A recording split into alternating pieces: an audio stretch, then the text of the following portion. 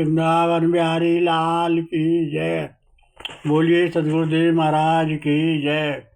सभी प्रेमी प्रेम से ये भजन बोले।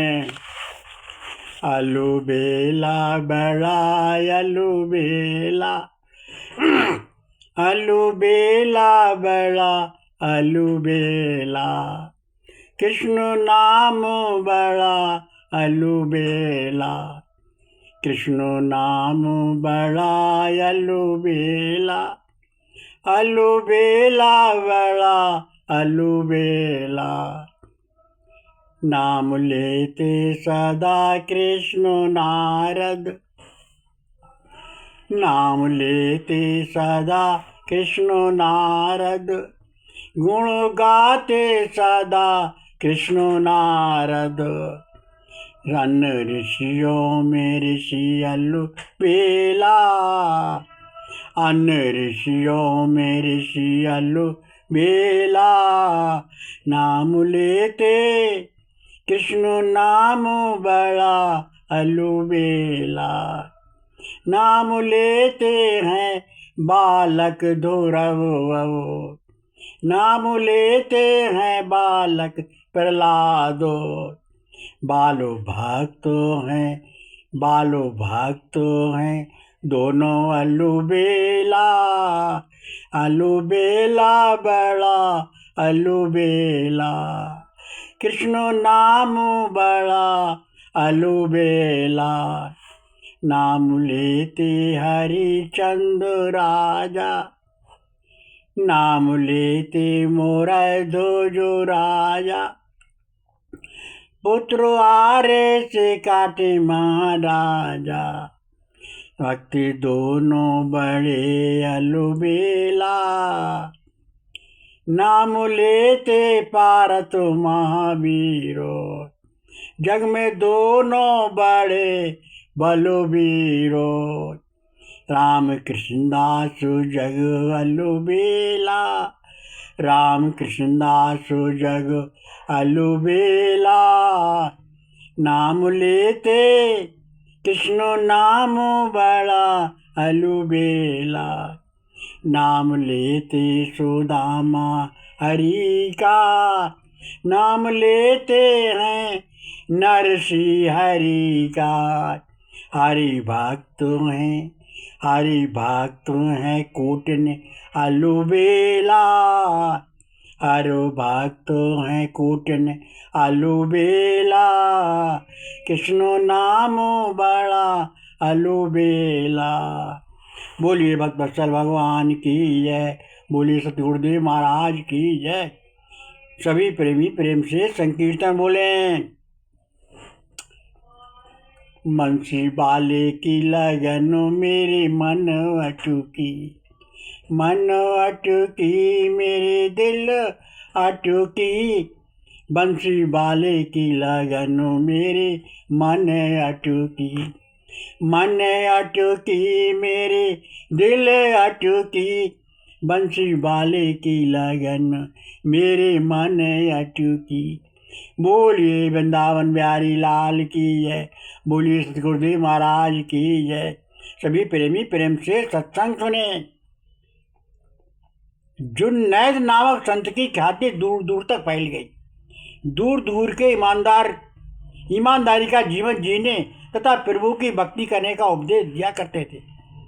एक युवक संत के पास सत्संग सुनने के लिए उनके पास आता था। एक दिन उसने कहा, बाबा मैं काफ़ी समय से उपदेश सुन रहा हूँ, अब तो मुझे आप अपना शिष्य बना लीजिए। तो संत जी ने मुस्कुरा कर कहा, अभी और कुछ दिन मन को एकाग्र रखने का अभ्यास करो। कुछ महीने बाद फिर वो आया। संत ने एक छोटा सा बक्सा देते हुए कहा, इसे अमुक व्यक्ति के पास दे आओ।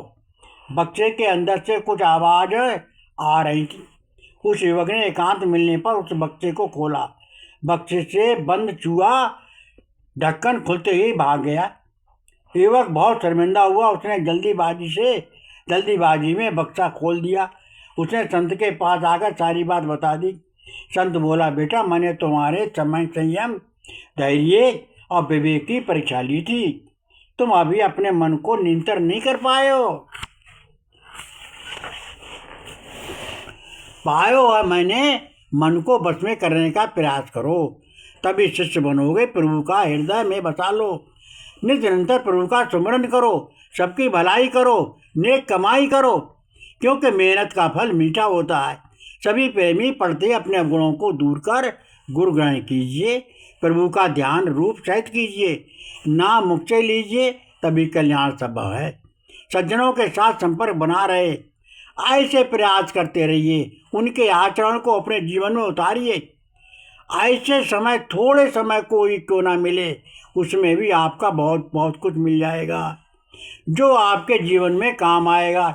एक व्यक्ति ने पूछा, पिता जी कौआ और कोयल दोनों काले हैं, पर लोग कौआ को मारते और कोयल को प्यार करते हैं। पिता ने कहा, बेटा मानव प्राणी सब समान हैं, पर व्यवहार कर्म अलग अलग हैं। कोयल मीठा बोलती है, सबको प्यार करती है, इसलिए सबको प्यारी लगती है। वाणी भावनाओं का मधुरता के कारण सब प्रिय बन जाते हैं, और कौआ तो अपने स्वार्थ और धूर्तता के अहंकार के कारण आदर से वंचित हो गया। इसलिए सभी प्रेमी सबसे मीठा बोलो और नेक कमाई करो, सत्य प्रिय वचन बोलो, आप भी कोयल समान हो जाओगे। यही एक प्रश्न स्वामी विवेकानंद के समय का है। स्वामी विवेकानंद के समय में भगवान नाम की महत्ता बता रहे थे, तभी एक व्यक्ति ने तर्क दिया कि शब्दों में क्या रखा है, उन्हें रटने से क्या लाभ, व्यर्थ में ही प्रभु नाम जपते रहो। विवेकानंद ने उत्तर में उन्हें अब शब्द कहे, मूर्ख हो, जाहिल हो, कम अकल हो। इस पर वो तार्क के व्यक्ति आग बबूला हो गया और भरनाते हुए कहा, आप सन्यासी महात्मा के मुख से ऐसे शब्द शोभा नहीं देते। उन्हें सुनकर मुझे बहुत चोट लगी है। स्वामी जी ने हंसते हुए कहा, भैया वो तो शब्द मात्र थे, शब्दों में क्या रखा है, मैंने कोई पत्थर तो नहीं मारा। सुनने वालों तक का समाधान हो गया। शब्द जब किसी को क्रोध उत्पन्न कर सकते हैं, तो जिसके लिए प्रिय शब्द भाव पूर्वक कहे जाएंगे, तो उनका अनुग्रह क्यों ना होगा, आकर्षक क्यों नहीं होंगे, अवश्य करेंगे। जो प्रेम से बेल होकर प्रभु को पुकारते हैं, तो प्रभु भी अवश्य आ जाते हैं। शब्द ही तो ब्रह्म है।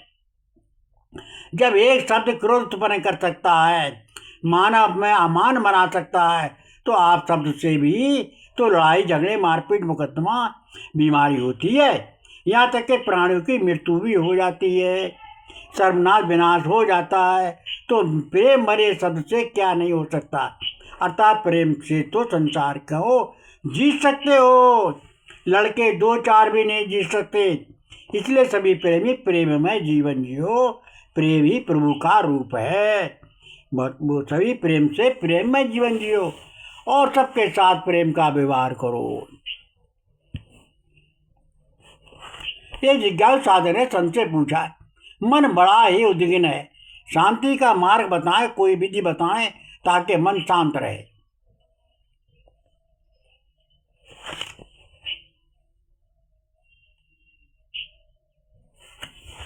मैं सुखी रहूं। कई दिन तक संत जी टालते रहे, पर बार बार आग्रह होने पर उन्होंने कहा, जाओ सब जगह घूमो और किसी ऐसे व्यक्ति को अंगरखा लेकर आओ जो सुख शांति संपन्न हो, उसे पहनते ही तुम्हारी कंठा पूरी हो जाएगी। घर घर गांव गांव पहुंचने के बाद भी उसे कोई सुखी ना मिला। फिर उसे एक दरवेश मिला जो बहुत शांति था, प्रसन्न मन स्थिति से था। उसने उसे अंगरखा मांगा। दरवेश हंसकर बोला, अंगरखा पास होता तो क्या मैं सुखी रह पाता। जिज्ञासा को मर समझ में आ गया, अनासक्ति का मार्ग क्या होता है ये पता चल गया। बस संसार में वही सुखी है जो संसार में नहीं प्रभु से जुड़ा है।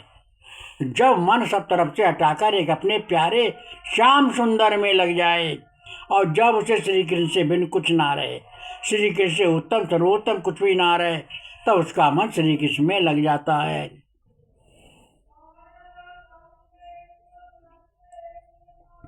और वो परमानंद को प्राप्त कर लेता है।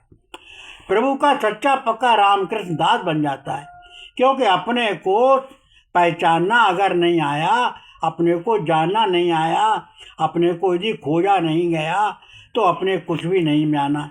क्योंकि अपने को सुधारने से ही सारा संसार सुधर जाता है। अपने को ठीक कर लेने से अपने चारों ओर का वातावरण ठीक बनने में देर नहीं लगती। वह एक निश्चित सत्य है कि जो आप अपने को सुधार ना सका, अपनी गतिविधियों को सुव्यवस्थित ना कर सका, उसका वो लोक और परलोक भविष्य अंधकार में बना रहेगा।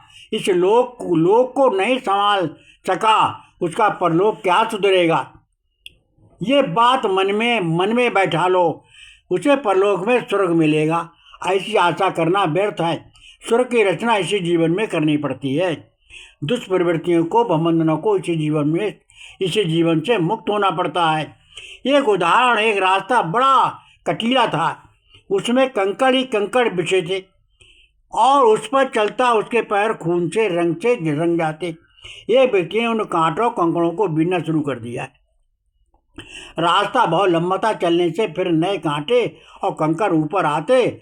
उस पर इस श्रम को देखकर एक समझदार ने कहा, इस रास्ते पर चलने वालों को जूते पहनने चाहिए। कांटा रहित रास्ता बनाना कठिन है। संसार भी कांटों की तरह है। जीवन में पग पग पर मुसीबतें हैं, जीवन में दुखी दुख हैं, उन्हें हटाया नहीं जा सकता।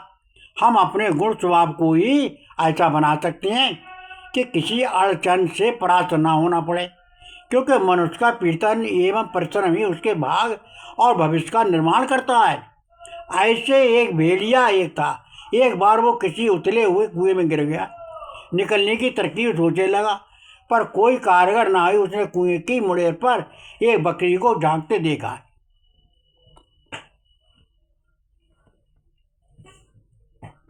भेड़िया भीतर से बोला, बहन जी, यहाँ बहुत चारा पानी है, तुम भी आ जाओ, दोनों मिलकर चैन की जिंदगी जिएंगे। वो भोली बकरी बातों में आ गई और कुएं में कूद पड़ी। भेड़ी ने बकरी की पीठ पर चढ़कर छलांग लगाई और ऊपर आ गया। बकरी अकेली रहेगी। बकरी बोली, भैया, मैं तो दूध देने वाली जी हूँ, मुझे तो कोई ना कोई निकाल लेगा, पर भविष्य में तुम जैसे की सहायता करने को कोई भी तो नहीं आएगा।